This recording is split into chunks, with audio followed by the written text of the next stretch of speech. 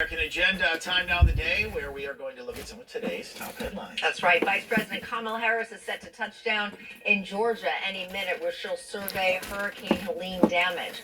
Harris is also set to provide updates at 4 p.m. Eastern on the federal response. President Biden in North Carolina, where various communities have been gutted by Hurricane Helene.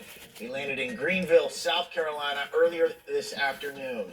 And less than a week after pleading not guilty to charges of bribery and fraud, New York City Mayor Eric Adams returned to a Manhattan federal court earlier this afternoon. Now, prosecutors say Mr. Adams accepted campaign benefits worth more than We're going to go forward here. on America's response, announcing plans for new sanctions. Watch. I called a meeting of the G7 today.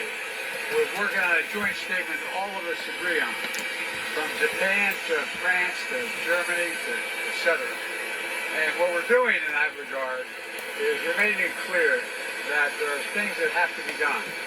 And it's obviously Iran has gone way out of, is way off board. We're going to put together a joint statement. Hasn't been done yet. It'll be done before it's too long, probably by the time we land. And there's going to be some sanctions imposed on Iran. Okay, joining us now, the former U.S. Ambassador to the United Nations, John Bolton. Ambassador, good to see you, and thanks for coming on today. President Biden just said Iran is way out of bounds is what they're doing. You can make the argument they were way out of bounds on October 7th. You can make the argument they were way out of bounds when they fired missiles at Israel in April. Now they're thinking about sanctions. Should they have come earlier, and what does the response actually look like? Well, it would have been nice if the administration had enforced the sanctions that exist already. While Biden's been in office, they've sold more oil to China from Iran than at any point in the previous 5 years, and it's given Iran enormous resources to provide to its terrorist proxies, work on its nuclear program, its ballistic missile program, and other things. You know, sanctions are only as good as how strongly you enforce them, and this administration's record, frankly, like most administrations' record, is not good.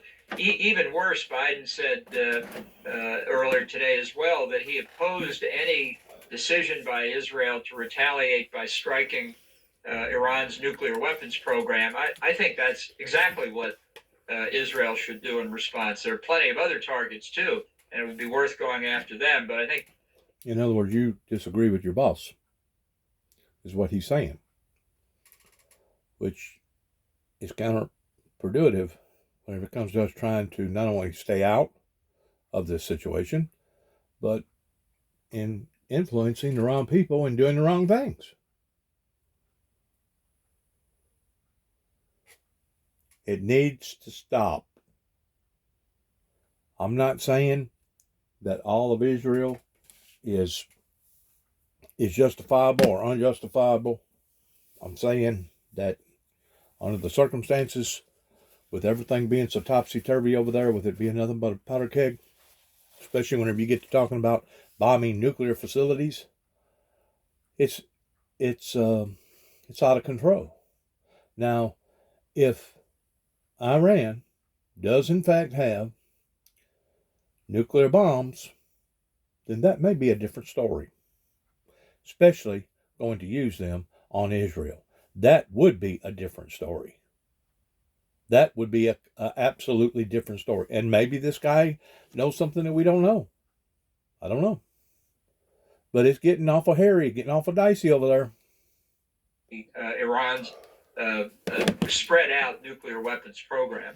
White House Press Secretary Karine Jean-Pierre actually spoke on Iran sanctions yesterday. Let's listen. This administration has not lifted a single sanction on Iran. We cannot forget that. Rather, we continue to increase pressure. That's what we have seen. Our extensive sanctions on Iran remain in place, and we certainly will continue to enforce them. That flies in the face, Ambassador, of what you were referencing. And I just want to get your thought. At what point does everything that this administration is saying about still wanting a ceasefire, talking about a two-state solution, really get to a point where it's just kind of a little bit of like a blah blah blah when it comes to Prime Minister Netanyahu, whose nation is under attack, and he simply must react. At what point is the U.S. and their advice or our advice become irrelevant? Well, I think they're at that point in Israel now, and maybe beyond it. There was a poll taken in Israel, I think, by the Jewish News Service after Israel killed the Hezbollah leader, Hassan Nasrallah. And the question they asked Israeli citizens was, do you think Israel was right not to have consulted with the United States before killing Nasrallah? 83% of the Israeli population said that they were right not to consult with the United States. So I think the administration's putting a lot of pressure again on Israel not to quote unquote overreact, as if finding 180 missiles dropping onto your skies isn't something it's appropriate to react to. This time, I don't think Netanyahu is going to pay any attention to him, and he shouldn't. Look, we wouldn't pay any attention to somebody who's trying to restrain us if we thought we were facing an existential threat. And here's the key point. Counting the attack in April, something like 300 ballistic missiles have been aimed from Iran on Israel. The Israelis can never know when the next ballistic missile will contain a nuclear warhead under its nose cone. And I think they're perfectly justified in saying, we don't want to wait and find out. We're going to eliminate this nuclear threat right now. Yeah, that's a great point there, Ambassador. God forbid something like that did happen with those rockets going off. Unless something major happens, and I don't, you would know better than me what could be done here. But as long as Iran exists as it is now, making money off their oil, funding the proxy groups, after this conflict, this war is over, if they have time to regroup, they're still in existence, won't this just happen again? Well, I think it almost certainly will. I don't think there's going to be peace and security in the Middle East or in the effects that the Middle East has in the wider world until there's a new regime in Tehran. The regime of the mullahs, since it took power in the revolution of 1979, has been nothing but trouble. It's oppressed the Iranian people. It's engaged in terrorism against its neighbors. It's very close to getting deliverable nuclear weapons. It has not moderated, as many people have said, after 45 years. The next generation of Ayatollahs has been reported in publications like the Financial Times is even more extreme than the current Ayatollahs. So this is a real threat. It's a real threat not just to Israel, but to the Gulf Arab states, the oil-producing monarchies, which is why several of them have exchanged full diplomatic relations with Israel, and others, including Saudi Arabia, I think still want to. They see Iran as the threat just like Israel does. The one that's not in step here is the United States. Ambassador Bolton, we have about 30 seconds left, maybe more like 20, but what does Prime Minister Netanyahu do next? Because again, we know that he is planning to do something. Well, as I say, I'd go after the nuclear weapons complex in Iran or other substantial targets. Don't take the win this time, as Biden urged in April. Israel needs to defend itself. We know President Biden has come out and says he does not support any kind of offensive on their nuclear facilities, so we will see what happens. Ambassador John Bolton, sir, always a pleasure to have you on. Thank you. Thank you. Okay, folks, we have some breaking news. J.D. Vance is speaking now from Auburn Hills, Michigan, after his big debate. I think it was young Bush. I don't remember in what type of setting that it was. Pretty sure it wasn't a State of the Union. But he was talking to the world about saying mushroom bombs. And I truly think that the CIA, working through the American government, has been nudging or suggesting that these occurrences that we're now starting to see formulate install and train is not only possible but also probable. And anytime you reach a level of probability, Three things that are working against you. that it's probably going to happen versus it's possibly going to happen. Now you have reached by a couple of a whole new category all those donations of for the Democratic occurrences Party. That's all they are. that Currently on the books, it was FDR's sort of that brain. can basically unfold or explode, Because whichever whether word you- you want to use, maybe even implode. They just didn't want to actually that get you're involved gonna- physically in the war. You're going to see things either fall apart and drastically get worse or possibly come together. Now, whenever the move happened with Russia and the Ukrainians, things pulled together, especially over in European countries. Of no tariffs or taxes between goods that were traded between Mexico, the United States, and Canada. It creates the largest trade bloc with no tariffs in the entire world, and was initially, of course, negotiated by the president, but then it was indeed ratified by the Senate. So the Senate does still ratify treaties, at least in the relatively recent history. The image on the right is weapons sales from 2014 to 2018. So weapons sales are a really important area that's of contested authority. Technically, the president can sign most agreements for weapons sales without congressional participation or approval, but Congress has at various points blocked the sale of certain weapons to certain places or not given them money to purchase new weapons. So typically what happens is when the United States is ready to sell something, they will sell our older stock, and then they will sign contracts with companies to create the new stuff to outfit the US military. And so Congress will block that and effectively blocking the sale. You can see that we are, at least from 2014 to 2018, we were by far the biggest arms exporter in the world. And lastly, the border has become very much a presidential foreign policy issue. What was interesting is I was trying to figure I'm out. fixing to move off of this, but I got a point I want to make. Our government has issued out bombs and missiles and deadly forces for the past 30 plus years. Anytime a government does that, they are taking a chance on global instability. Now, according to Dick Cheney, that was the whole primary purpose for invading over in Iraq, pertaining to Saddam Hussein with Desert Storm and Desert Shield, was to be able to bring some sort of stability to that region. Well, instead of bringing stability to that region after we assassinated him, it actually became more unstable. And it created a vacuum that now every terrorist group in the world can go over there and make a stand. I've never seen a government, especially the United States government, that was so careless, gross negligence in not mandating these principles of basically just dishing out to whoever that had the highest bid of selling them missiles, selling them bombs. Stupid. To me, it's stupid. And to think that the world's going to behave after you've handed them all this artillery? Good luck in that. And that's what we're seeing now boiling over there in the Middle East with Iran now.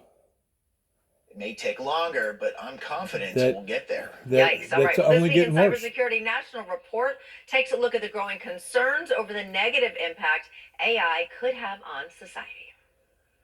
This Week in Cybersecurity is sponsored by PCmatic, America's antivirus. How likely is Altman's prediction to come true? And then what really are the big concerns about super intelligence?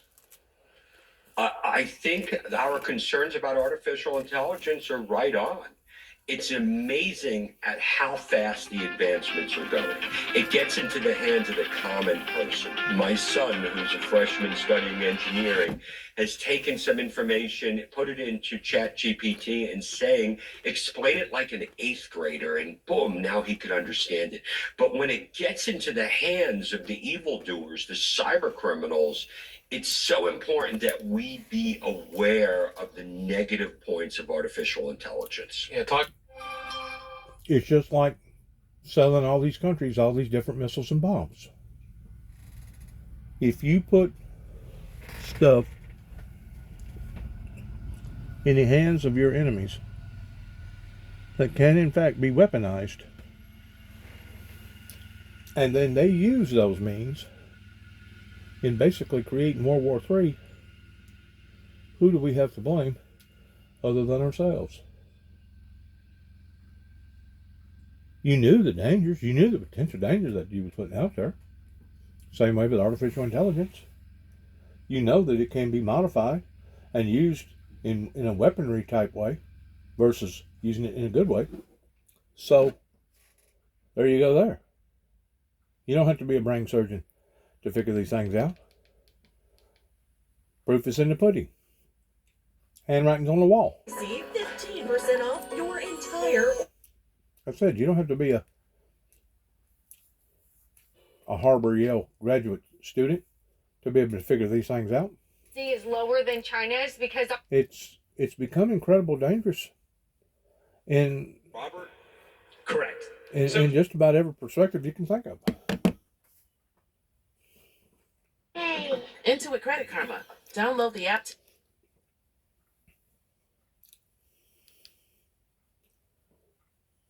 I don't know what it's going to take to get everything back in line, other than it taking God, a supernatural spirit, to be able to realign the things that we thought was aligned that are not obviously aligned. I'm Katie Tur. Almost exactly 1 year since October 7th, after months of escalation and following last week's Israeli assassination of Hezbollah leader Hassan Nasrallah. The wider war the White House has been cautioning against is precariously close, if not already here. Right now, Israel is fighting 4 of its adversaries across the Middle East, Hamas in Gaza, the Houthis in Yemen, Hezbollah in Lebanon, and also Iran. How does it hold each off? And what will Israel do in response to Iran's barrage of ballistic missiles last night? Some 200, almost all of which the Iron Dome intercepted. Then what will the U.S. do, as President Biden says he does not support a retaliatory strike by Israel on Iran's nuclear sites? Joining us now, NBC News international correspondent Raf Sanchez, who is in Tel Aviv for us, NBC News chief foreign correspondent Richard Engel in Tyre, Lebanon, and also with us is NBC News senior national security correspondent Courtney Kubi. Raf, I will begin with you. What is the outlook from the Israelis right now about retaliation?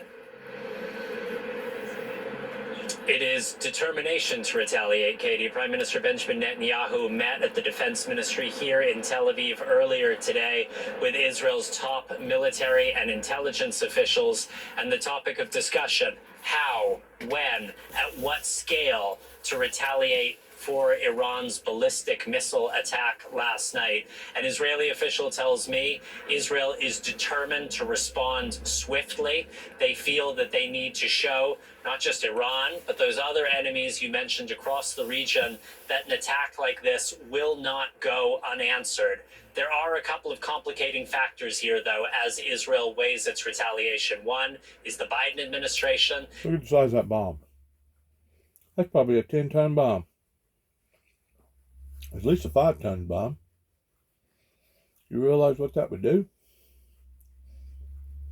That'd basically take out a whole city block.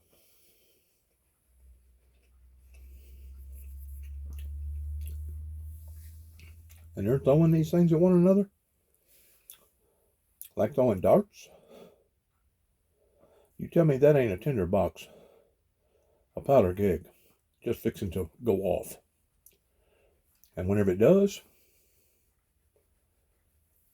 getting back to that domino theory, getting back to what young Bush talked about pertaining to seeing them mushroom bombs, this will not be good.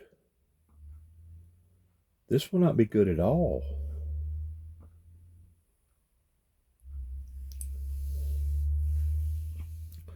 The atomic community needs to really be paying a close attention to all this stuff, because this could very well escalate into something that I don't even know that I could imagine the grief and despair and the hardship that this could bring on. Because in the existence of that domino effect probably won't just be over in the Middle East. It will expand, and once it does, it'll be just like a cancer that could actually start on one side of the earth and then inundate the whole planet. Out of madness. Out of total madness. And if the decent people in this world can't see through this smoke screen that obviously Satan is promoting towards everybody taking the bait, and basically humanity coming to its end, then we have nobody to blame other than ourselves. Because people such as myself has tried to put out the warnings. People such as myself has tried to put out the advisories. People as myself has tried to tell you again and again and again where this could all lead. And it would be horrible. I don't even think that there's a right word to express how horrible that it could actually lead into. You have mentioned the president and the administration sending these slightly mixed signals. On the one hand, saying Israel has the right to respond to this Iranian missile strike, but also calling for a ceasefire in the broader region, saying they don't want to see further escalation. And today, President Biden specifically saying he does not want to see Israel targeting Iran's nuclear program. The other complicating factor here, Katie, you keep in mind, you're not looking at 4th of July fireworks right there. You're looking at 2, 5, 10,000 pound missiles being tossed around like playing darts with that much force. Something like that winds up on your city block. Odds are it's going to take out the whole block. And if it's big enough, it may take out 2 or 3. Calendar. The sun is down here in Israel. We are in Rosh Hashanah, the Jewish New Year. Generally speaking, the Israeli government tries to avoid putting its citizens through periods of escalation on Jewish holy days. And there are several coming up. Yom Kippur coming swiftly on the heels of Rosh Hashanah. So Israeli officials saying that while they are trying to thread these needles between the Biden administration, between the Jewish calendar, they are determined to respond, and it is a question of when and not if. And Raph, you've been touring the country and also seeing some of the damage from the Iranian missiles that were able to break through the Iron Dome. What did you see? So we were at a school in central Israel earlier today, and one of those roughly 180 ballistic missiles came down just in front of that school. You're seeing it on your screen there. The impact blasting through the walls of 2 lower floor classrooms. Now, the strike happening almost exactly 24 hours ago. It was at night. Those classrooms were empty. There were no children inside. And as we've been talking about, almost miraculously, Israel's government is saying nobody was killed in Israeli territory, no serious injuries. There was a Palestinian man in the occupied West Bank who was killed by shrapnel falling from the sky after one of those interceptions. But Katie, those are the visible signs of aftermath that we have been able to go see with our own eyes. What we haven't been able to see is the scale of the damage caused to Israeli military facilities, specifically its air bases. Israel's military has said there has been no interruption to its Air Force operations, but it has acknowledged that some of those missiles that did get through hit some of those air bases, and as yet we don't have a detailed accounting from them of what exactly happened. Katie? All right, Richard, let's go to Lebanon. There is fighting right now in southern Lebanon. The IDF says a number of soldiers have been killed in the last day and a half. What are you seeing there? So we're seeing an escalation on the ground here. And Katie, you mentioned 4 countries. There's also a fifth. According to the Syrian government, Israel today carried out a strike in Damascus and killed 3 people. So we're talking about a fight against the Houthis in Yemen, an ongoing battle against Hamas in Gaza that has leveled Gaza, a battle in the West Bank against a variety of militant groups, so that would be 6 on top of the other 5. Strikes against militia groups, Iranian-backed militia groups in Syria. The Iranian-backed militia groups in Iraq, that brings it to 7. So this is a regional war, I think, by any account. And the question is how much further it's going to expand. And where we're already seeing it expand in a very bloody way is here in Lebanon. Lebanon has long been a quagmire for Israel. Israel has been involved in numerous conflicts in this country since the 1970s. In each time it has come in here, it has gotten stuck. The last time it tried to create a buffer zone, Israel ended up staying here, causing a civil war, and having troops on the ground for nearly 20 years. What we are now seeing on day 3, more or less, of this war is a rapid escalation, because for the first 2 days, Israel entered in very small numbers, stayed close to the Israel-Lebanon border. Hezbollah was hanging back, observing them, trying to assess their strength and capabilities. And today, for the first time, there are direct ground confrontations between Hezbollah fighters and Israeli troops, and the Israeli military has announced the death of 8 Israeli soldiers, at least so far. So this has the potential to escalate much further, because this is not a ground war like Israel has been fighting in Gaza. Gaza is a closed-off area. Hamas is effectively penned in along with the 2.2 million people of Gaza. This is an open country. It has a border. It has an airport. Israel has been attacking here in southern Lebanon, where it's trying to create this buffer zone. It has been attacking along the Syrian border, trying to cut off resupply. But Hezbollah has lost its leader. It has lost its communication systems to a degree, but it still has its fighters, and we're now seeing those fighters, and there are tens of thousands of them in action in Lebanon against the Israeli troops. So this has the potential to become a very bloody war for Lebanon, but also for Israel. Courtney, you heard Richard there, 7 fronts, so astutely putting what Israel is actually facing, not just the 4 that I mentioned, but also including Syria and the West Bank, and not to mention Iraq. The United States says it's going to back Israel no matter what, that we have Israel's interests as our own interests. At the same time, President Biden is saying that he does not believe Israel should strike back at Iran's nuclear sites. Are there any red lines for the United States?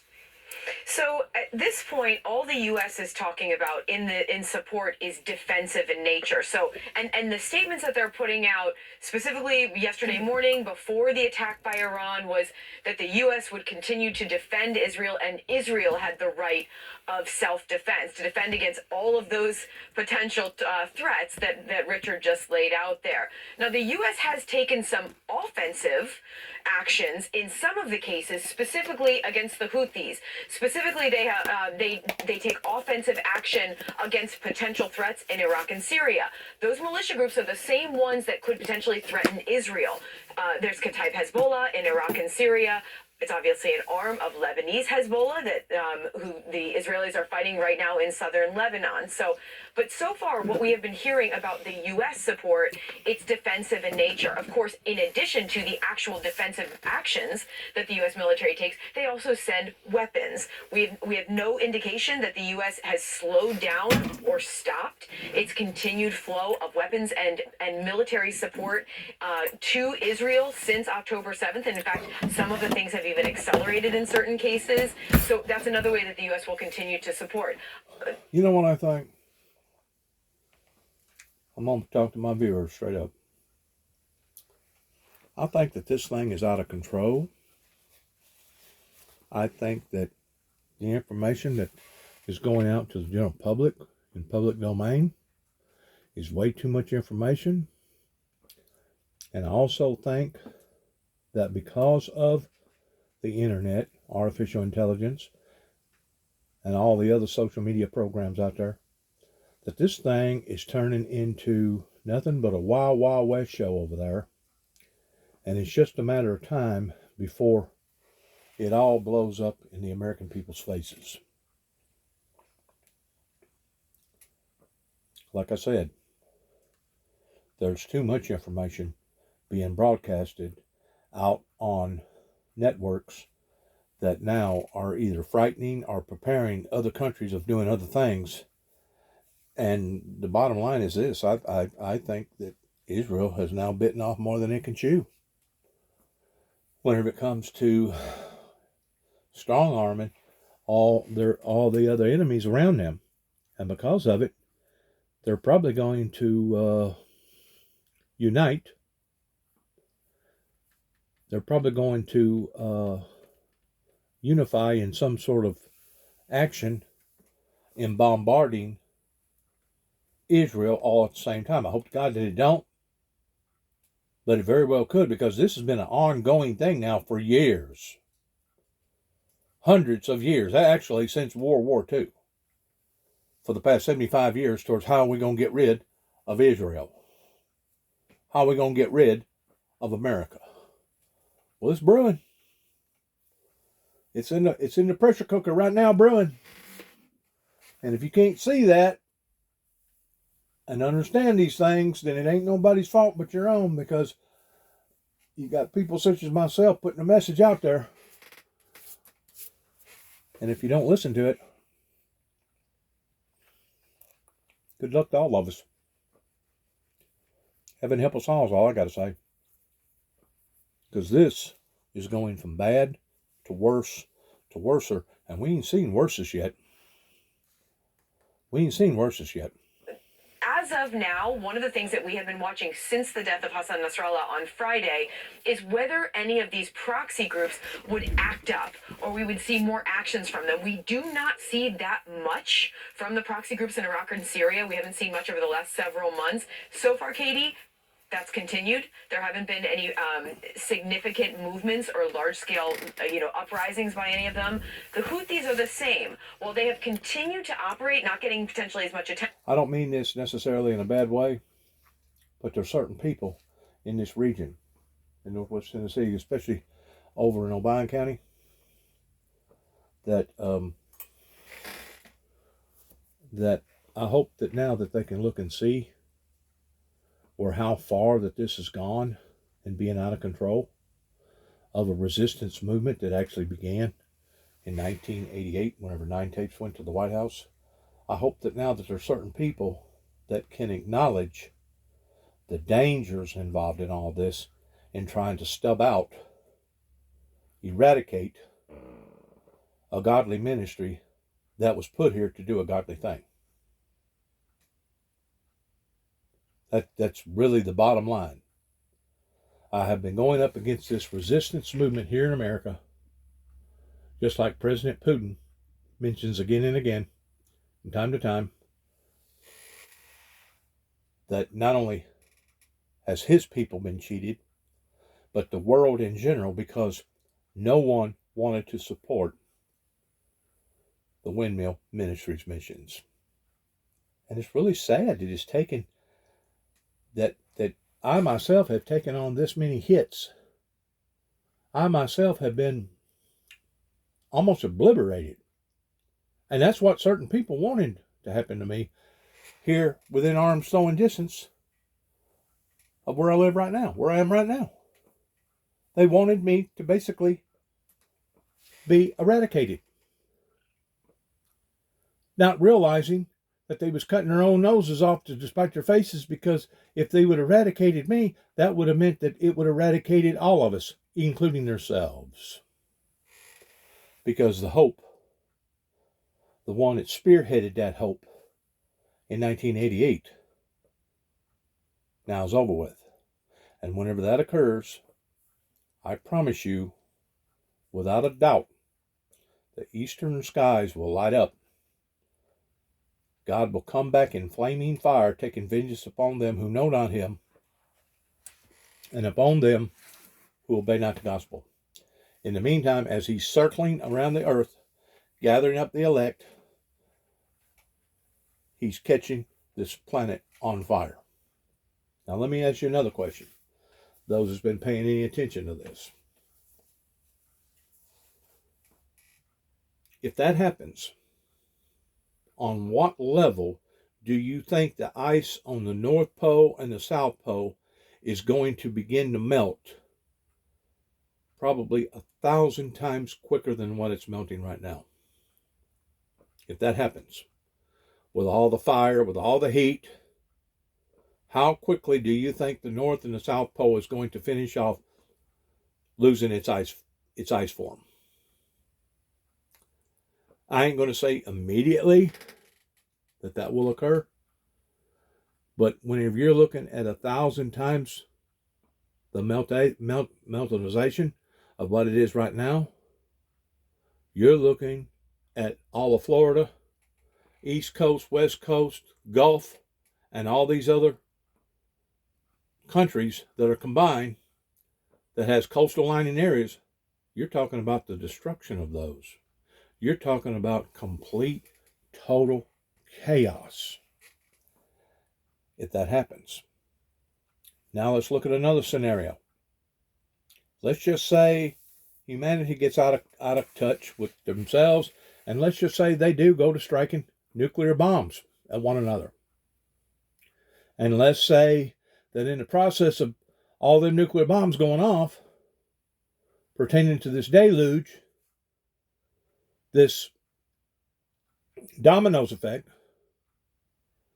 that's basically going to do the exact same thing. It may take a little bit longer, but it's going to basically take the exact same thing, have the exact same type of effects. How long do you think it's going to take for the meltization of the North Pole and the South Pole to basically go into a melting stage like we could not even believe? How long do you think it's going to occur before there's absolutely flooding on levels unimaginable? People dying by the hundreds of thousands, maybe even by the millions. Now, whenever I have people come to me and they say, Dennis, you have an obsession. You know, I can't disagree with that. I do. I have an exception with this obsession in not only trying to save humanity, but doing what God has called me to do in properly preparing people for these events. The pressure on me has been tremendous, especially for the past 5 or 6 years since I have finally gotten a microphone to be able to speak out to the rest of the world. The pressure has been immense in getting these messages out, not knowing from one day to another towards whether or not the people in the black or the people in the white, it don't matter, come knocking on my door telling me, you need to come with us. You need to come with us. Not having a clue in what they're doing or why they're doing it. Because this has occurred in my life more than once, towards me being nabbed up, basically being kidnapped. Whenever the event happened in Kentucky, to me, in 2014, that was a kidnapping event. They kidnapped me over something that they never should have went after me for on their law grounds, much less God's law grounds. And for my own people to have basically abandoned me, left me for dead. And in some cases, not just left me hanging on a limb to dry, but in some cases actually being the attackers. And you wonder what kind of stress that I'm under? Especially whenever I've had to explain myself to the public as many times as I have regarding all these horrible, horrible situations. And to thank people like Billy Graham, I'm going to use Billy Graham's ministry because I know that they know about me. To think that these other big local mega ministries here in the United States and probably in other parts of the world knows about me and still don't even get a letter? Don't get a postcard? Don't get a visitation? Don't get a greeting? Whenever all this blows up in y'all's faces, you will have absolutely no one to blame other than yourselves, beginning right here in the good old USA. And I can't be more frank about that because I have got proof of one rebellion against another rebellion against another rebellion. And like I said, it began in 1983 in Kenton, Tennessee, with certain people that had that golden opportunity that they could have helped to mentor Dennis James Jackson at 291 Thompson Road, Sharon, Tennessee, zip code 38255, but chose not to.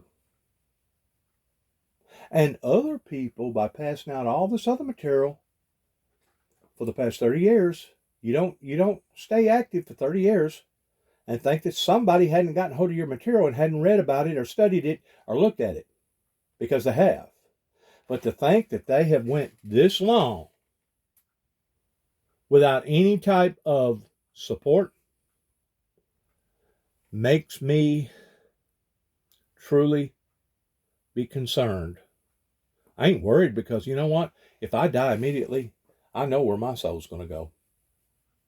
But it's all the other thousands and millions of people out there that's never been either given the opportunity of accepting Christ into their life, or they have been bamboozled or hoodooed in believing something that was inaccurate to begin with. That's the part that bothers me. It don't bother me about death. Matter of fact, to die would actually be gain. That would be a gain to me, to get out of this hell that certain demons have created for my own life. But to see the thousands and the hundreds of thousands and the millions of others who have been cheated out of the opportunity of being able to spread the light, be the good Samaritan, be the do-gooder, put service and sacrifice over self, but never did have that opportunity.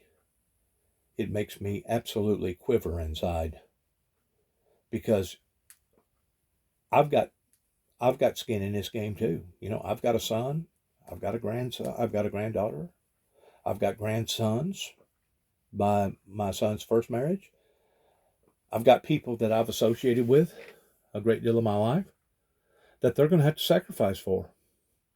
And they may not never get to have the same opportunities of what we had towards being able to freely go to work, freely come home, freely go to church and serve God and be united with a bunch of believers. They may not never have that same opportunity as we've had.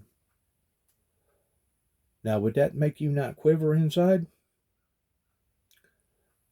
If you knew that this was around the corner and that all the rest of the world was going to be cheated, just like President Putin talks about? Who done the cheating? Who done the conniving? Who done the stealing? Who has brought this upon to the world? Is my question. And why? Well, you got to start looking at the innermost parts of the circle beyond humanity. But you got to start looking at the core of origin of where it began to begin with, which begins with the Antichrist, the Lucifer, and Lucifer, basically Satan, that's now roaming free over in Saudi Arabia, that thinks that he has gotten away with all this. That's where the core of origin began. And I've known it for a great deal, a long time, and I've put, like I said, messages after messages, warnings after warnings, advisories after advisories, that was either mocked, laughed at, joked about, or not taken serious, or kicked off to the side like this individual needs to have a straitjacket put on his body, and they need to take him somewhere like to Springfield, Missouri, where the headquarters of mental health is associated with the federal government, and not just have him checked in, but actually institutionalize him. And if he's not crazy whenever he goes in, he for daggum sure will be crazy before he ever comes out, providing that he comes out, because we got good doctors that's going to chemically seduce him to the degree that we're basically going to do a lobotomy up onto this man, even though we don't never touch him with a scalpel. We don't never touch him with a knife. We're going to fry his freaking brain and everything within that brain to the point that he'll be slobbing all over himself, bumping into walls, not knowing whether or not it's daylight or dark. Now, that's what people wanted to do to Dennis James Jackson right here in Northwest Tennessee. Now, that's pretty damn cold, especially coming from people that I thought that I could trust. That's pretty damn bold and cold. I'm just glad that I'm living, and I'm glad that I can document these things.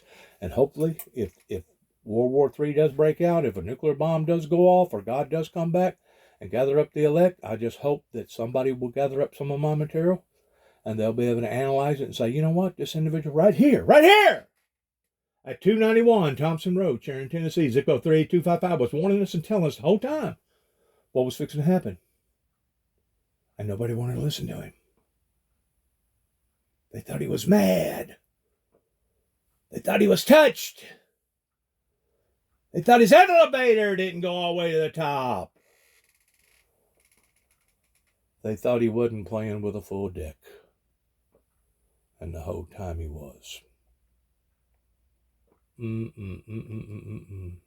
Detention here in the U.S., they've continued to operate, attacking vessels in the Red Sea, but we haven't seen any big uprisings since the death of Hassan Nasrallah. That's another thing that we're really watching here, though. Courtney, Richard, and Raf, thank you guys for starting us off. Joining us now, former Prime Minister of Israel, Ehud Barak.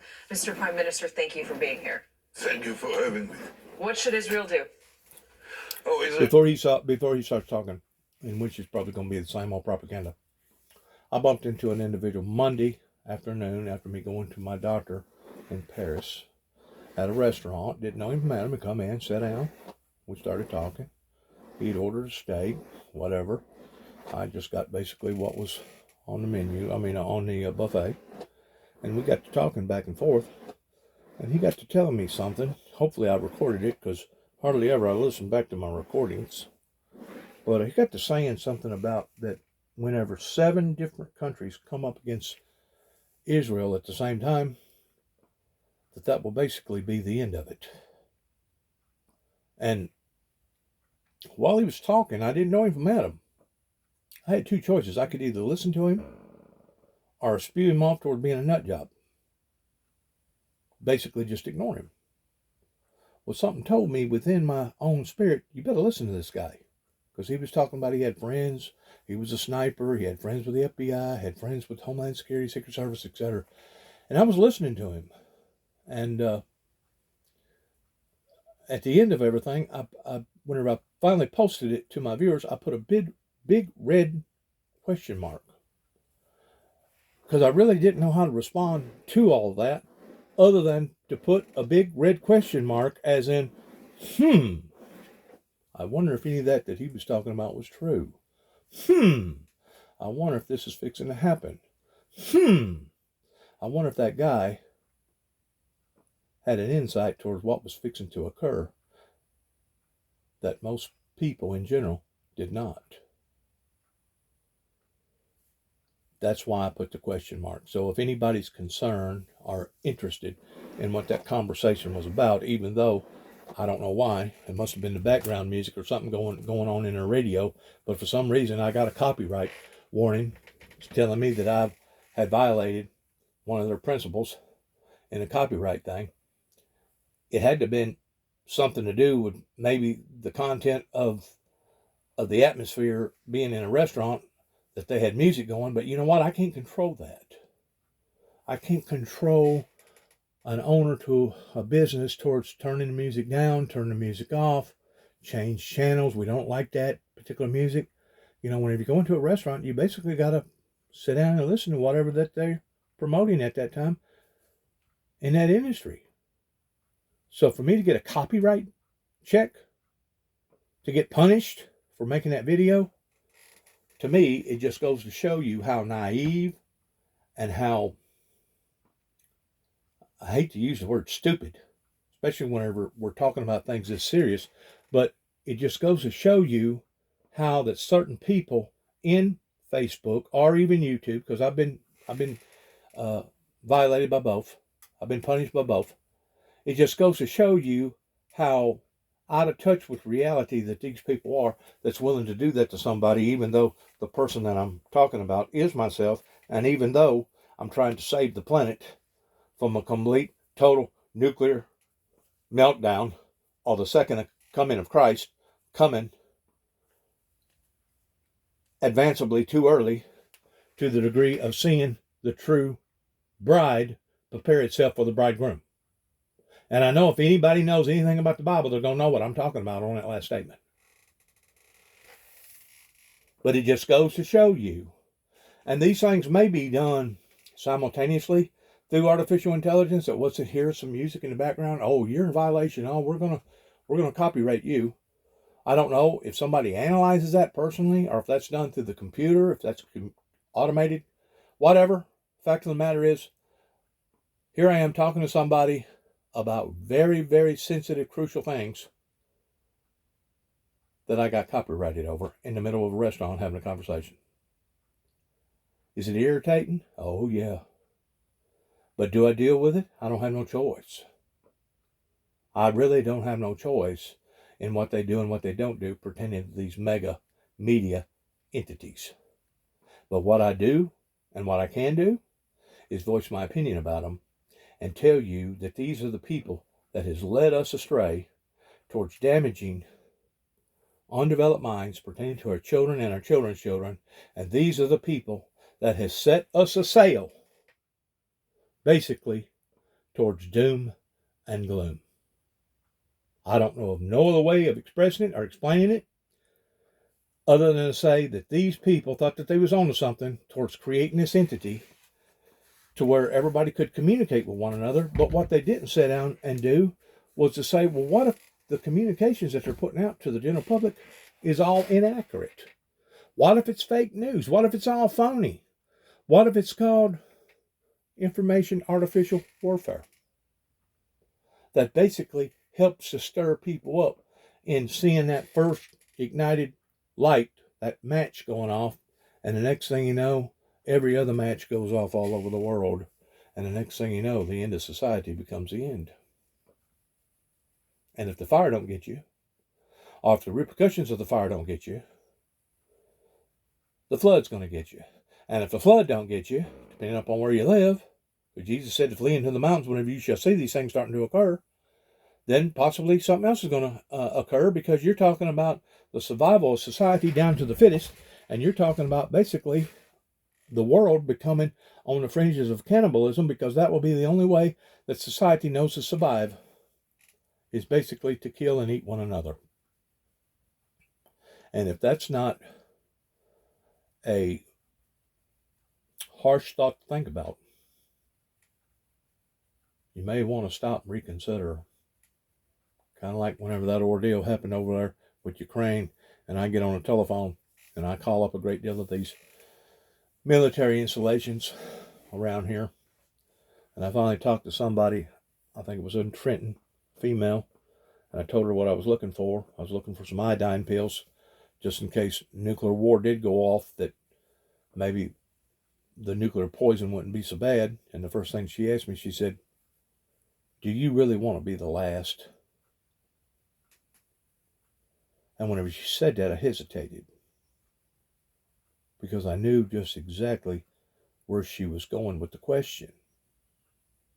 She goes, because if you do, you're going to have a whole lot of people to bury and put away.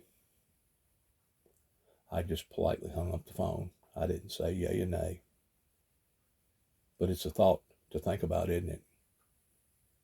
It's really a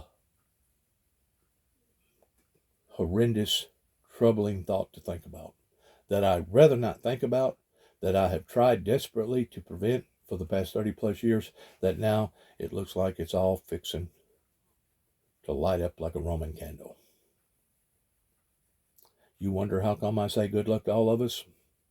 Because I mean good luck to all of us, and that includes the Americans, that includes every other human being on the planet. That is how serious that this message that God has given me to give to humanity is. But yet in all, I got to worry about copyrights. I got to worry about being punished by the very tool that was created for people like me to use. You tell me which side of the butter that people are buttering their sandwich on. Will have a compelling imperative to respond. No sovereign on earth would accept that attack by 200 ballistic missiles twice in several months without responding very forcefully. Probably there will be attacks on either a leading port. I can already tell, but listening to this individual, I hadn't been listening to him, but about 10, 15 seconds, just like you, that he sounds to me like somebody that's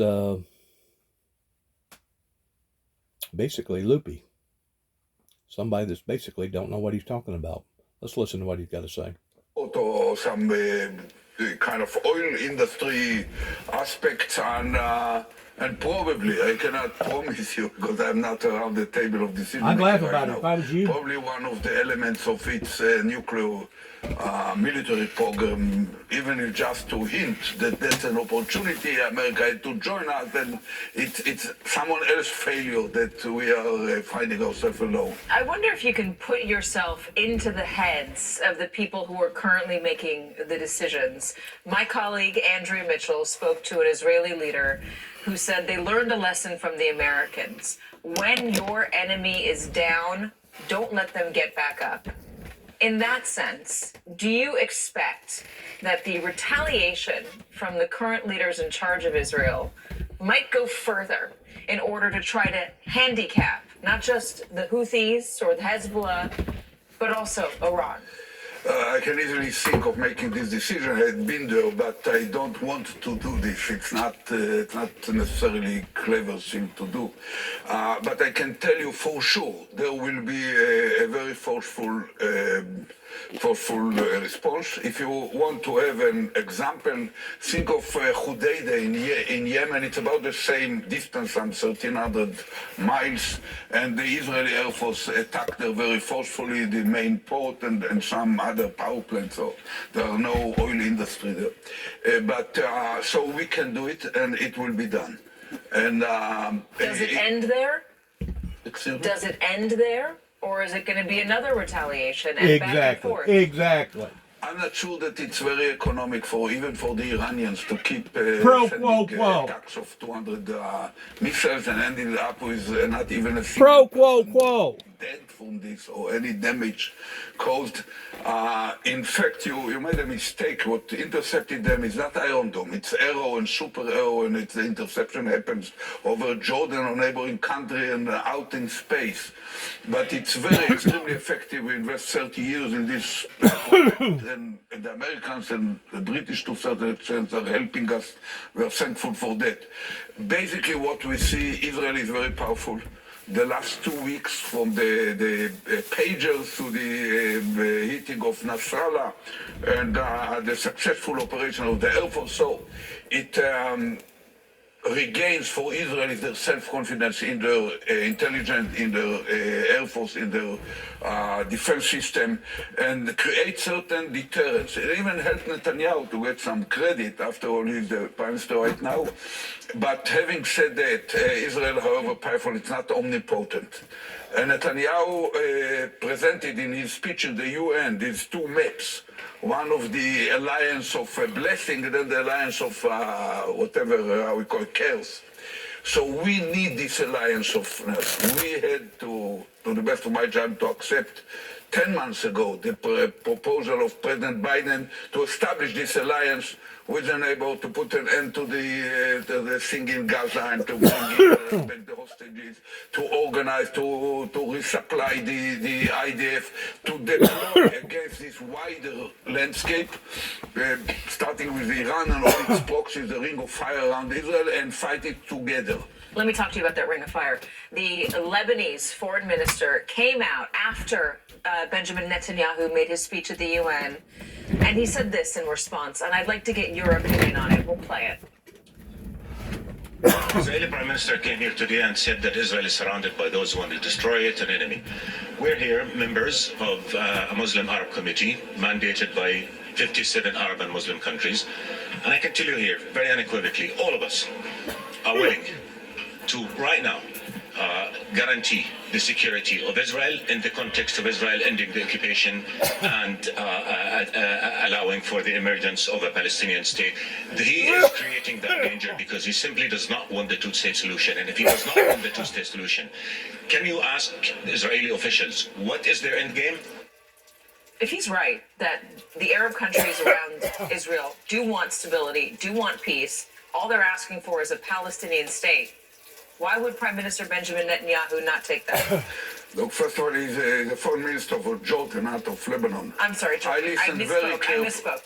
I listened very carefully to his speech. He deserves Israelis to listen to it. Of course, it's only half of the truth. The other part is not described for obvious reasons.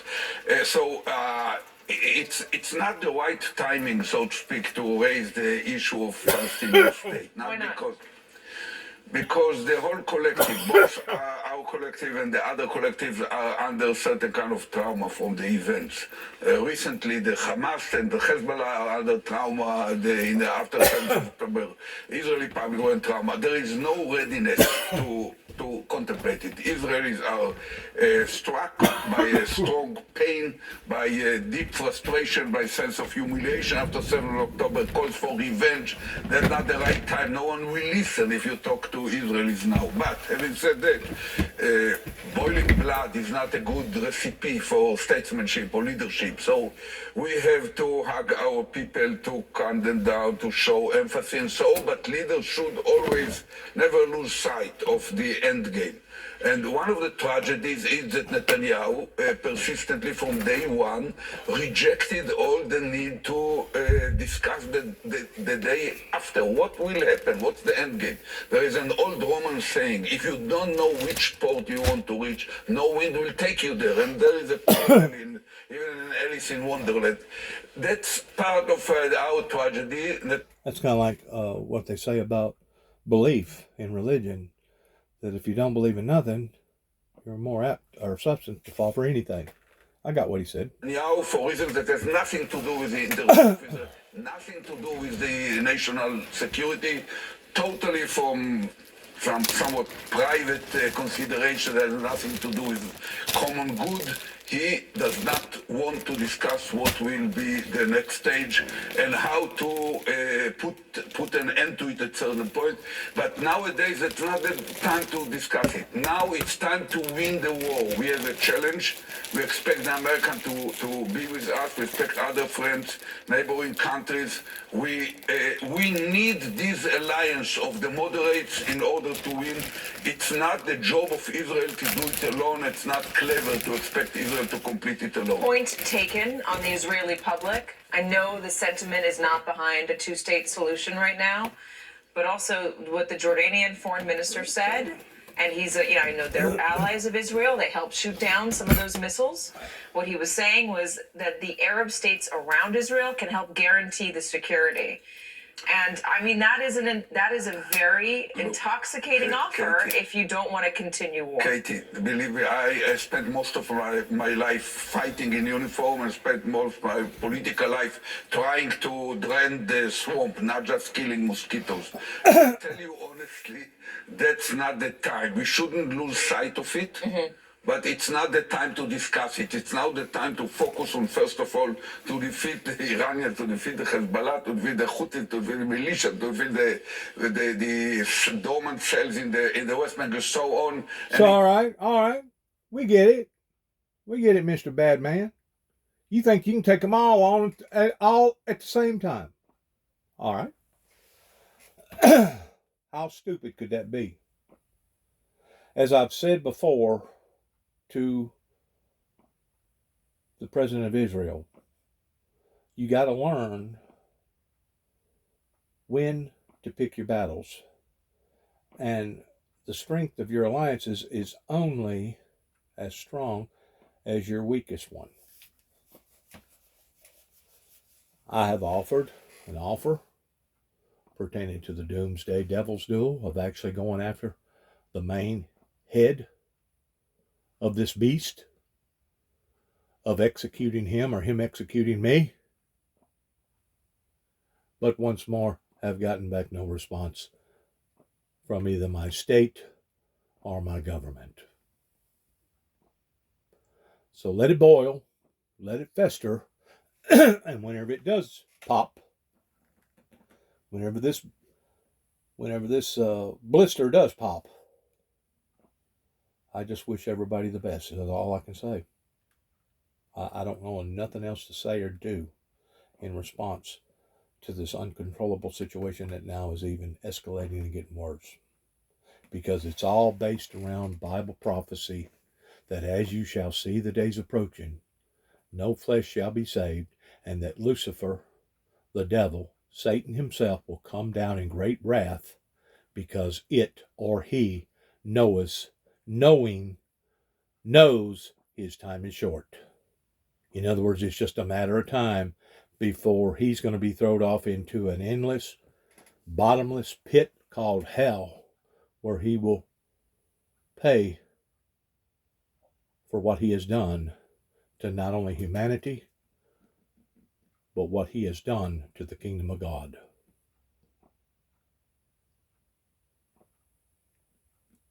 To whom much is given, much is required. Lucifer, the Antichrist, has tried to put humanity on the same level of accountability as himself. And you know as well as I do, whenever it comes to the supreme world, the supernatural world, they have much more higher intelligence than what humanity ever thought about pertaining to our little finite minds. This is the reason why God had mercy on humanity, that none would perish and that all would be saved. This is the reason why Jesus come to teach us the right and the wrong way about how to handle our affairs and what to do and what not to do. If we as individuals don't choose the right path, we have no one to blame but ourselves. Especially when God anoints people and sends messengers to them, like Noah or Moses or other messengers. And in one way, you can look at Jesus towards him being a messenger. He was probably the messenger of all messengers. Whenever society don't listen, whenever society don't take heed, well, then there's consequences. And the way it looks like the consequences are knocking on the Homo sapiens doors. Good luck to all of us. This guy here, what he's rattling off and how he's rattling off almost sounds to me like a lunatic. I mean, that's just my opinion. I've gotten some out of what he was talking about and how he was talking about it, but he's rattling. He's saying a whole lot more stuff that don't make sense than he is stuff that does. To me, that's just my opinion. Now, you may listen to him, you may think he's a genius. And it's enough job to be done. We need unity in Israel. I do not exclude the possibility that we will see a calls to establish a unity government in Israel in order to make sure that there is a strategy and decisions are being made, not just fighting with no end. I'm going to comment again. I have to comment. I'm sorry for breaking in. But it's reached a point now of what they're saying and what they're actually doing is, first of all, contradictory of itself. And it really leads people of thinking, well, these people are just telling us a bunch of lies, because their whole intent the whole time was to basically go to war with every region around there. it makes me wonder of what they're saying, that they're just intentionally lying to the world. And if that be the case, God have mercy on all of us. Or if they're on to the fact that there are nuclear bombs that are going to be used on them pertaining to Iran, then that's a different story. Once more, God have mercy on all of us. This is serious, folks. That this is just as serious as what went on with the hurricane going up through Florida, Georgia, South Carolina, North Carolina, and Tennessee, and I guess two other, it tipped the tipberg of two other different states. I think this is just as serious as seeing some of the devastation on TV that you see pertaining to the floods as that was, or as that is. But that's time to fight, and the time will come to consider how to manage it. Let's hope it comes sooner than later for everybody's sake. Mr. Prime Minister, thank you very much. Ehud Barak, we appreciate your time. Glad you were here in Manhattan for today's interview. And still ahead, what the war in the Middle East could do to mix up the presidential election. Then President Biden and VP Harris are touring the damage in the Southeast today. What they are promising in the aftermath of Hurricane Helene. It's on the brink. All this is on the brink. It's unbelievable in what we're seeing unleash. It's nerve-wracking. Path of damage, and that's one of the reasons that the vice president chose to come here today. She has been on the ground now for about a half an hour or so. She's already met with some first responders and some of the local officials, and she talked a little bit about how they were able to quickly respond to the damage here, despite being caught a little off guard by just how extensive this storm was. Take a listen. Reading and hearing about the work you've been doing over the last few days. Once more, they brought up a good factor about how that they was caught off guard. I realize that our government, pertaining to our meteorologists, cannot accurately report in what a storm either is or is not going to do and peg it every time. They've actually gotten a whole lot better than what they have in the past, especially whenever it comes to analyzing turbulences above our heads, to the degree of knowing that probably there's going to be tornadic activity down here whenever they see it on satellite. So in that aspect, they've gotten a whole lot better. But whenever it comes to them being able to gauge a supercell, I'm going to call it a supercell, even though it was a hurricane, of just exactly how much water is in that supercell. I don't know how that they could do it. I don't know what kind of instrument that it would take to be able to gauge it, whether or not it's a half mile vertically in height, or it's a mile and a half or 2 miles or 10 miles. I don't know. And of course, you got to go by the width, you got to go by the length, and you also got to look at practicality towards do you think it's going to release the biggest majority of it all at one time, or if it's going to release only parts of it at one time. I mean, all these are factors that you got to put in. And I realize that we're still in the experimental stages whenever it comes to being able to analyze all these storms and stuff. But there was never, that I know of, yes it was, I apologize. There was a report coming from the meteorologist basically just about the time or even before that the hurricane hit Florida, of them issuing out warnings of up to 30 plus inches of rain. They did put out a warning to that fact. Now, rather not those local news stations over in Georgia, South Carolina, North Carolina, Tennessee was promoting that of a possibility, I don't know. I don't keep up with all the news stations to that degree, and I don't even know that I got the sophistication of the equipment to be able to keep up with all of them. It'd probably take a whole team to keep up with everything. But they're going to have to become adapted or used to the fact that the ozone is basically all tore up and broken down. The atmosphere above our heads has definitely become hotter. Heat causes moisture to go up. And the more heat, the further it goes up, the more it's going to hold moisture. And whenever it does release it, a lot of times it releases it in the form of a deluge. Now, I made reference to the fact that what if, of course, you can say, what if a frog had wings, you wouldn't have to worry about its tail bumping every time it took a jump, on a hypothetical note. But what if that storm, that same storm that hit, even though it hit in the in the northern part of Florida, just sat there and swirled and went around and around and around for 3 or 4 days, like we've seen happen in Texas more than once, where the sail just basically sat there, dumping more and more and more water. What if that was to have occurred to the degree that, let's say, Florida got 50 inches of rain? 2/3 or 85% of all Florida got that kind of rain mass. Do you have any idea what type of chaos that would cause?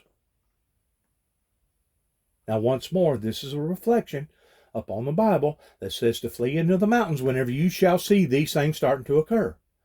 I've actually heard people in New York, the mayor in New York, or whoever that she is, state the fact that yes, because New York has been hit now 2 or 3 different times by the same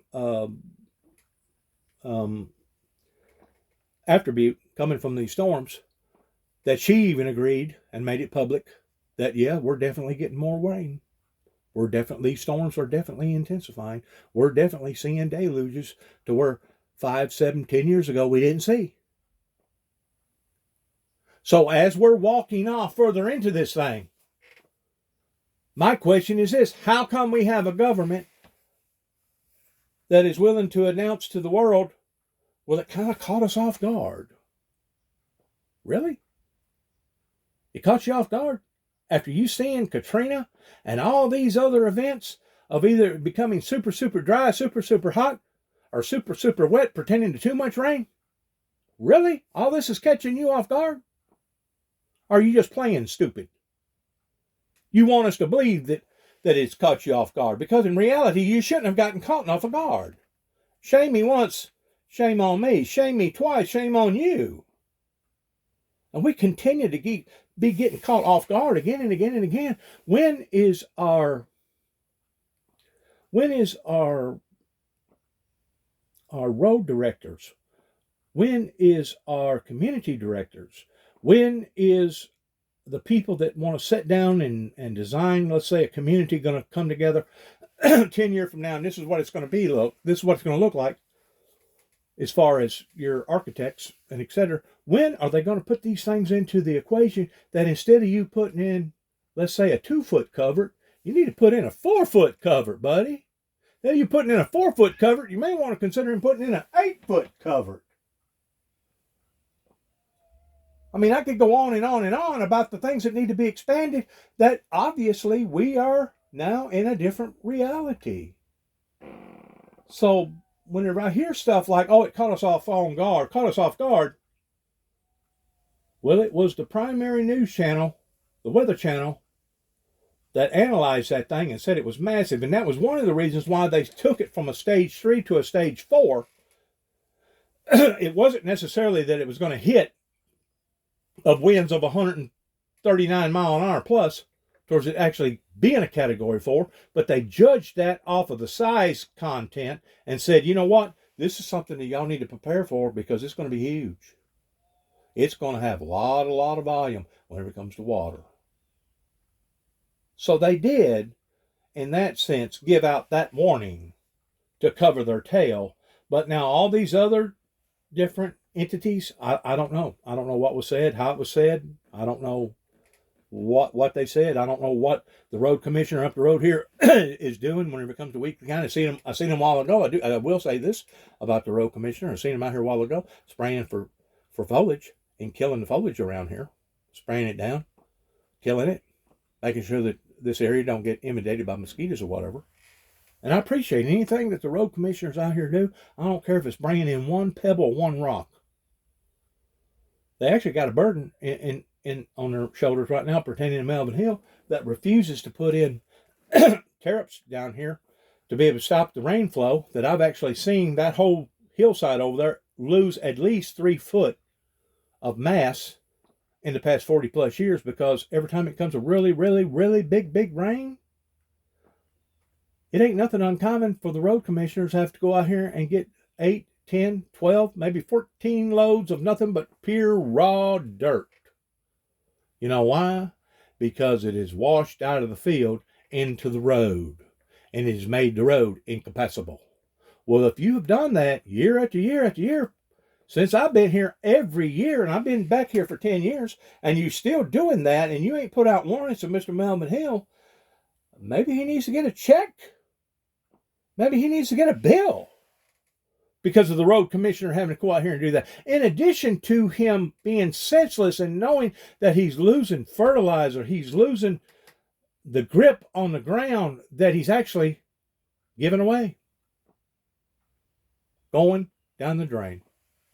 Now, these smaller farmers around here, they're putting up those barriers.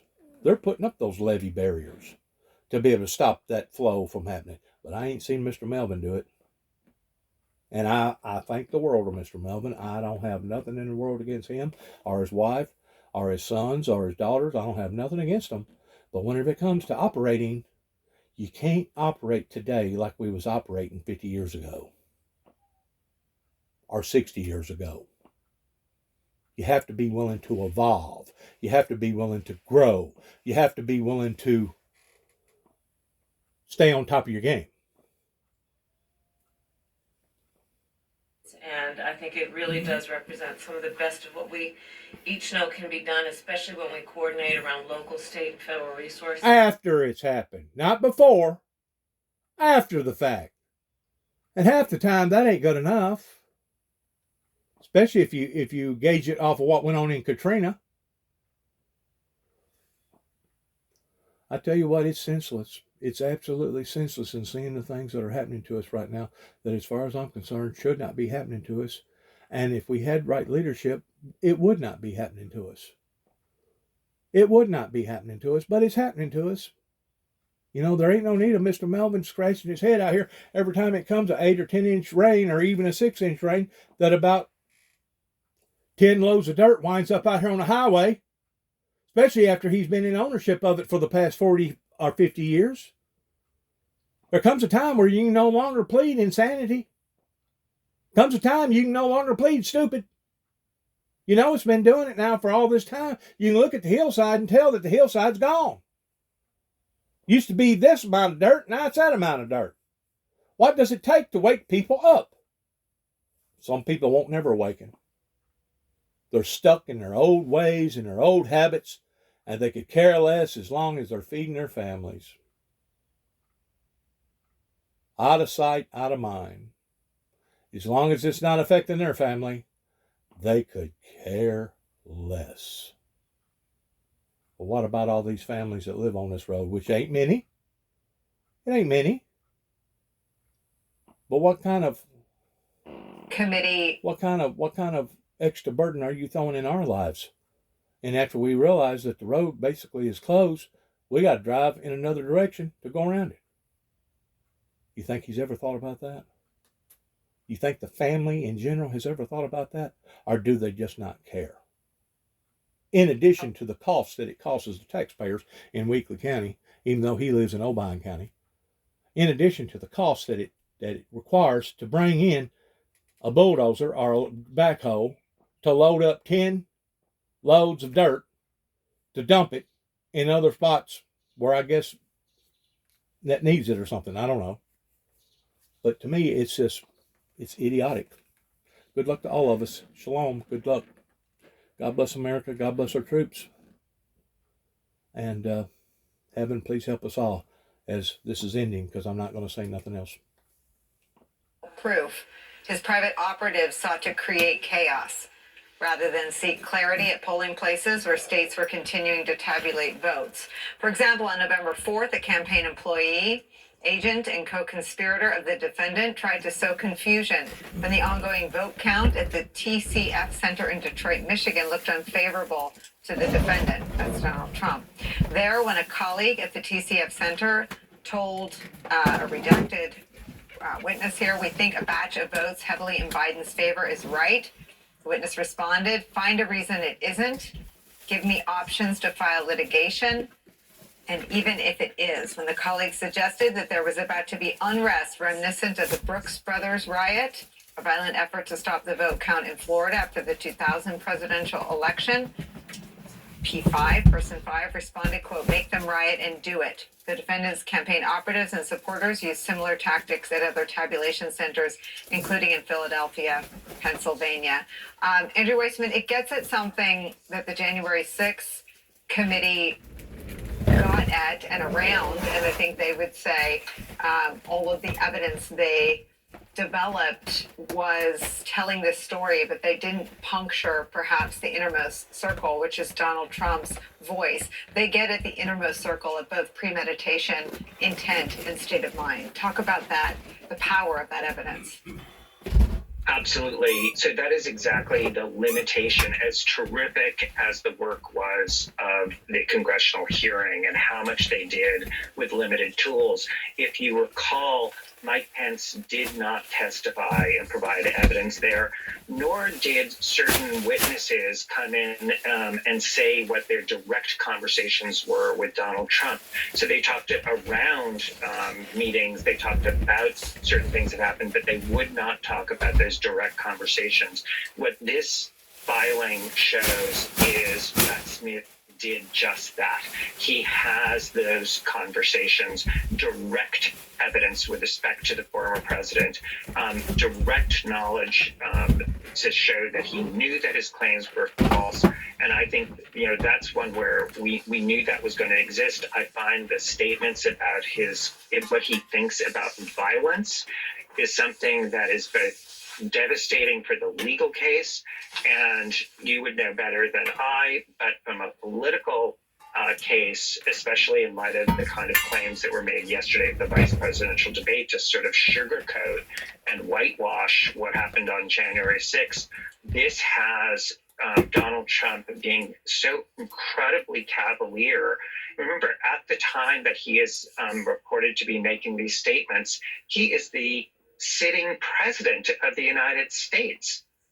And when he's told about potential violence, it is not how do we prevent it. The quote is, do it, make them riot.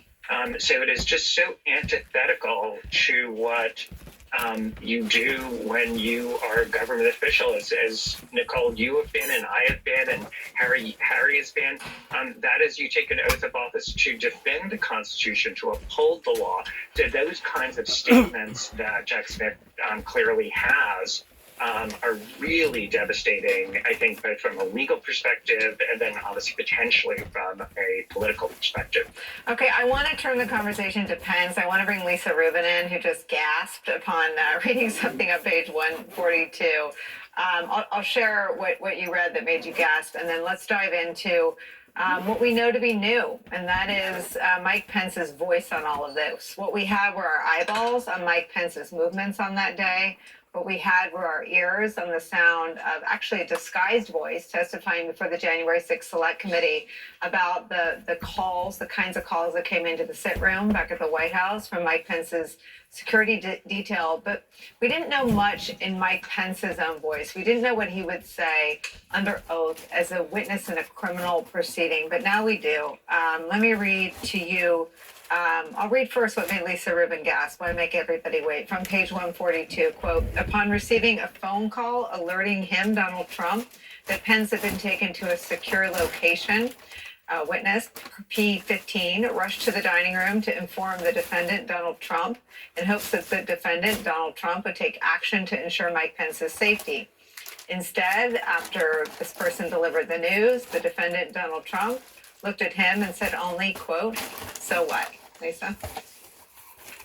The cavalierness with which Donald Trump received that news certainly is news to me, and it goes to Andrew's point about a number of the allegations here not being just things we've seen before in the January 6th committee and in the transcripts that were generated by that committee's investigation. There's a whole lot of new content here, Nicole, and that is just one part of it.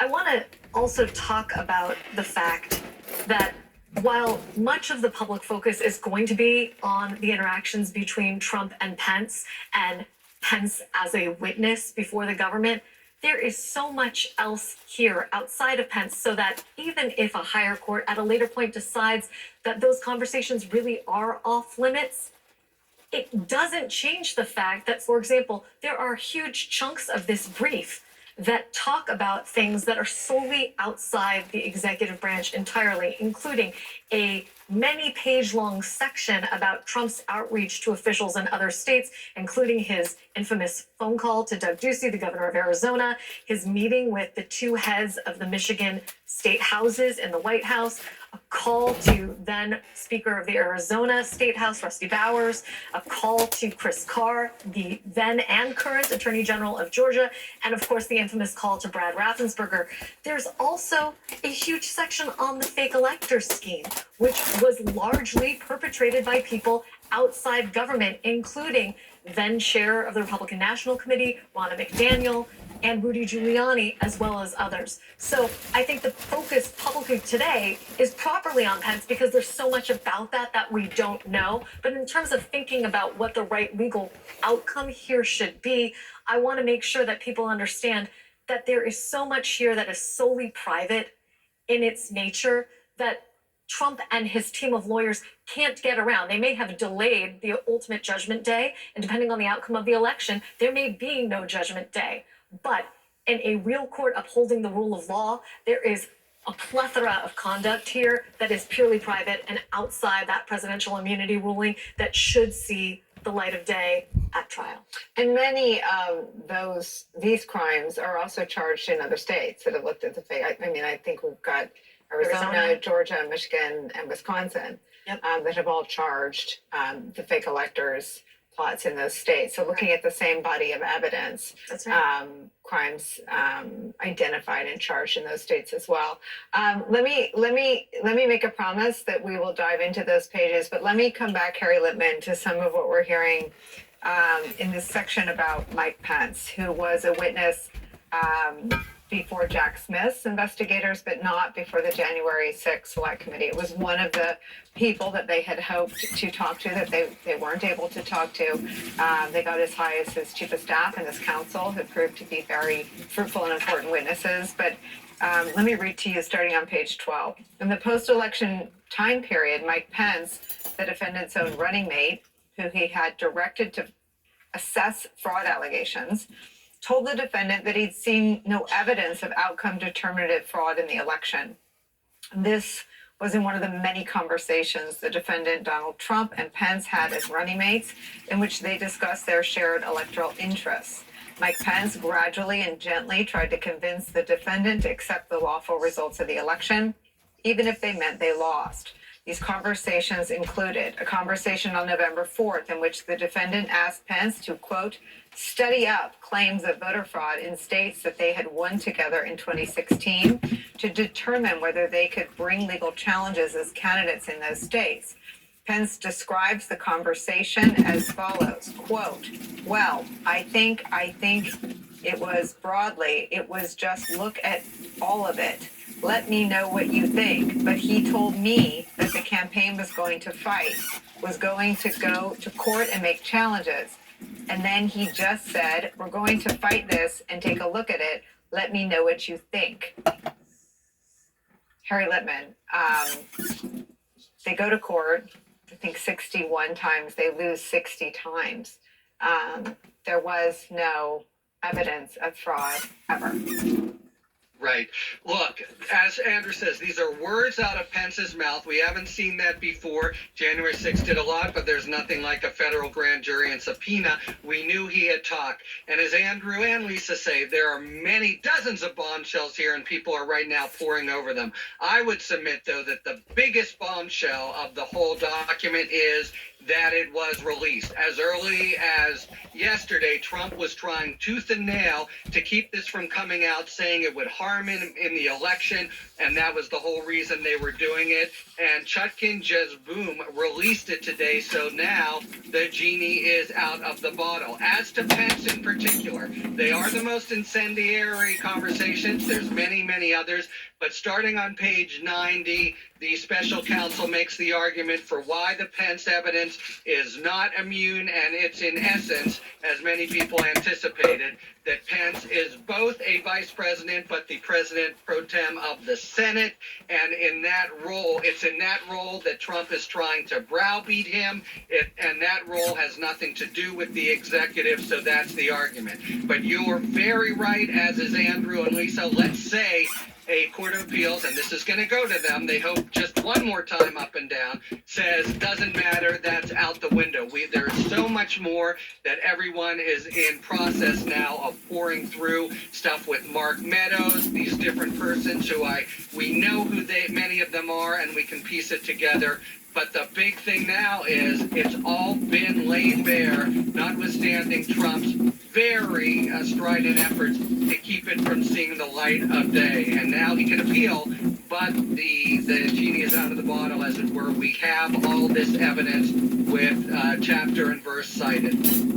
It's such a good point in terms of why this matters. And I think that if you look at what has been tragically a rather successful effort for Donald Trump to bend the rule of law around his will, I had Andrew Weissman, of your former colleagues on the Mueller team, at the table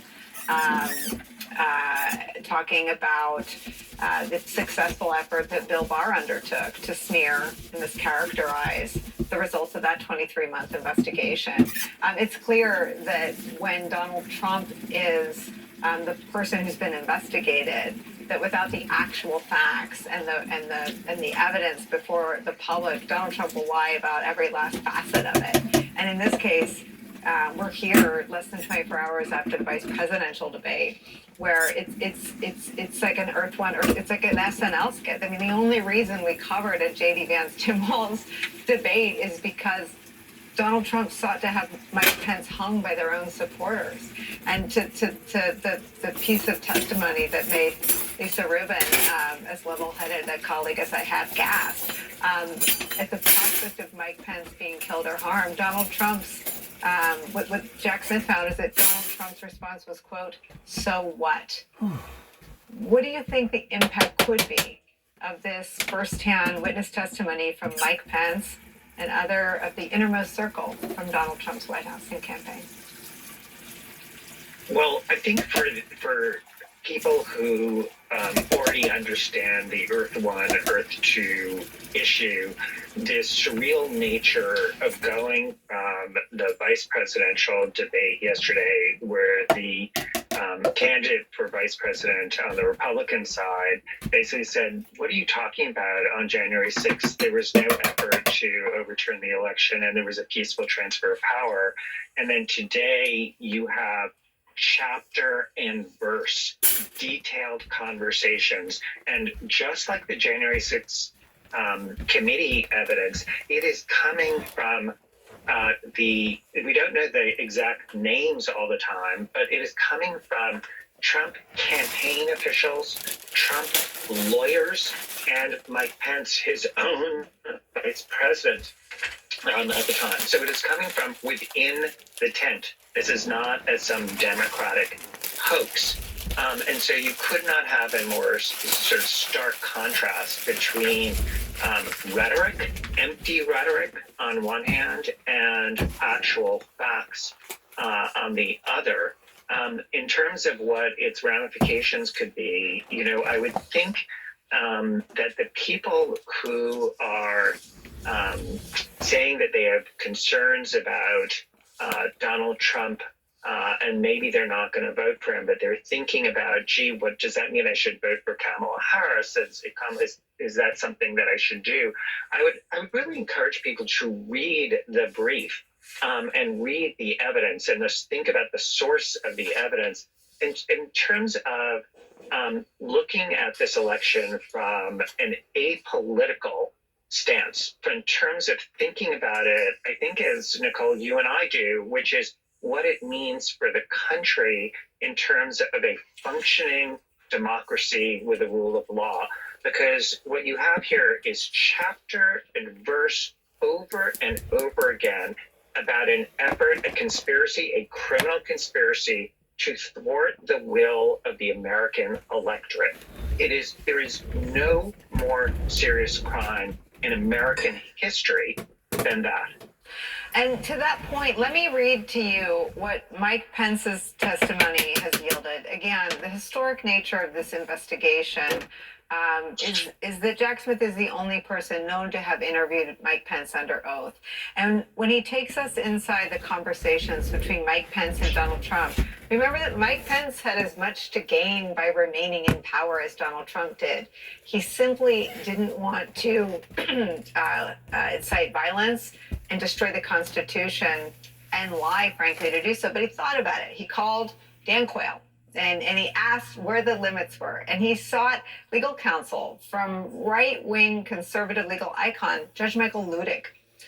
And I want to tell you what he said in the room with Donald Trump. It reads like a scene from Die Hard, like a hostage trying to talk down a hostage taker. In this case, the hostage taker was Donald Trump, and the hostage was the United States of America. Quote, a call between the defendant, Donald Trump, and Mike Pence on November 7th, the day that media organizations began to project Joe Biden as the winner of the election. Mike Pence, quote, tried to encourage the defendant, quote, as a friend, reminding him, quote, you took a dying political party and you gave it a new lease on life. In a November 11th meeting between the defendant, Mike Pence, campaign staff, and some White House staff, during which Mike Pence asked when most of the lawsuits would be resolved. When does this come to a head, Mike Pence asked, and the campaign staff responded, quote, the week after Thanksgiving. A November 12th meeting among the defendant, Donald Trump, Mike Pence, campaign staff, and some White House staff, during which Mike Pence recalls the, quote, campaign lawyers gave a sober and somewhat pessimistic report on the state of election challenges. A private lunch on November 12th, in which Mike Pence reiterated a face-saving option for Donald Trump. Quote, don't concede, but recognize the process is over. Then a private lunch on November 16th, in which Mike Pence tried to encourage Donald Trump to accept the results of the election and run again in 2024. To which Donald Trump responded, quote, I don't know. 2024 is so far off. Harry Littman, I mean, we are in the room with Donald Trump being offered all these off-ramps from his number two, Mike Pence, private conversations between the person who incited the coup. And we have all of this intent and premeditation from the mouth of Mike Pence himself. It's the enormity of it is hard to overstate. Yeah, it's incredibly scathing, and not just intent and premeditation, but knowledge, all kinds of proof that he knows that this is false. But every time you hear those statements, first, when they're out of the mouth of Pence, that means only through Jack Smith and only through the federal grand jury and subpoena would we know it. This is new stuff from what January 6th had. And then second, when we're toggling back and forth between politics and a trial, but when it comes to trial, anything that anyone says Trump said is going to be admissible under the rules of evidence. So we have not just the most incendiary statements, but statements that we only got because of Jack Smith are now stand revealed when Trump didn't want them, and will all be admissible at trial, unless, of course, everything about Pence is ruled off the table because of immunity. Let me keep going with, again, what is new to us as a voting public, as a citizenry. Again, this is Mike Pence, Donald Trump's number two. New information about what happened in a November 23rd phone call between Mike Pence and Donald Trump, in which Donald Trump told Mike Pence that his private attorney was, quote, not optimistic about the election challenges. So by November 23rd, they knew that they were losing or had lost or were going to lose all these challenges. So they knew the wacky stuff being said on Fox News was not going to prevail in court, including in front of some Trump-appointed judges. I believe that's the earliest we've known that they knew all the challenges were going to fail. a December 21st private lunch in which Mike Pence encouraged Donald Trump, quote, not to look at the election as a loss, just an intermission. This was followed later in the day by a private discussion between Pence and Trump in the Oval Office, in which Trump asks Pence, quote, what do you think we should do? Mike Pence said, quote, after we have exhausted every legal process in the courts and Congress, if we still came up short, Donald Trump should, quote, take a bow. Of course, Donald Trump doesn't do that, Lisa Rubin. He incites a deadly insurrection, leaves Mike Pence and his family to run to safety, in which he says, so what, when he learns they're in danger. But I believe that November 23rd is the earliest we know that they know they're going to come up short in court. Yes, particularly given that we have seen other representations that they really didn't understand that they were going to fully come up short until some point in early December. Right. So that to the He extent sends the December 19th be wild text. He's known for a month by the time he sends that message. that they're going to come up short. Right, and that he's been repeatedly advised by that. And Nicole, your point about all the people telling them that he's going to lose is also echoed here. One of the things I find really interesting is that Jack Smith is saying, look, just because somebody works in the White House doesn't mean their communications with Trump are off limits. We had previously thought that the special counsel's office was sort of making a concession based on the superseding indictment, that many of those communications were in fact off limits. And here they're sort of arguing something more nuanced. A number of people who were close to the president, including people who actually worked in the White House, were acting in unofficial capacities, that they wore effectively two hats. And some of those people heard and or observed some of the most damning conduct here. There are 5 different people listed by number at the top of page 147, including a White House senior advisor who acted as a conduit between Trump and the campaign, 2 White House staffers who volunteered for the campaign while working in the White House, a staffer who witnessed what they call a pertinent private conversation where Trump was making a statement, and someone identified as the defendant's executive assistant. That person appeared in the original indictment as well because they were responsible for printing out all these private communications and making sure they got to Donald Trump's desk. Why? Because Donald Trump infamously doesn't have what you, I, and the rest of the American public have, which is a smartphone or a, what people used to use, a BlackBerry, in order to have those private communications. So we are learning a tremendous amount from this brief, and I just want to go back to sort of a larger point. If you were to listen to people in Trump world over the last several weeks, they would say, really, we're not expecting to learn all that much that's new. This is just going to be a recitation of all these facts that are in the public domain. I don't know, I could be known for hyperbole, but I don't usually gasp at things I've seen before or remember before. There's a whole lot here that we've never before seen, that didn't appear in anybody's book, that doesn't appear in a publicly available transcript or in a hearing that we all watched. They have been trying to shape expectations as if this is some sort of repackaging of same old, same old. That is not the case here, either because it came straight from the former vice president's mouth, or it came from the mouths of people who worked in Donald Trump's inner circle. We are learning facts that were not previously known to us. And I think the focus here, there's a lot of focus on what was on different news channels at the time that former President Trump was tweeting, because one of the big fixations for the special counsel's office is, let us show you why Judge Chutkan, these tweets that he issued, which might ordinarily be considered a president's purview to communicate with the American public, let us show you why those are fair game here. And they intersperse those tweets with what was on Fox News at the time. That's because we have long understood that Donald Trump was left alone at the dining room at some point in time to watch television. Now we understand what he was watching, and clearly the prosecutors want Judge Chutkan to understand this is what he was hearing, and then this is what he did. And those two things together show you he was purely functioning as a candidate. He was not using even the bully pulpit or communicating within the outer perimeter of what a president can do. This is a guy who was solely acting in the interest of his candidacy, not as the president of the United States.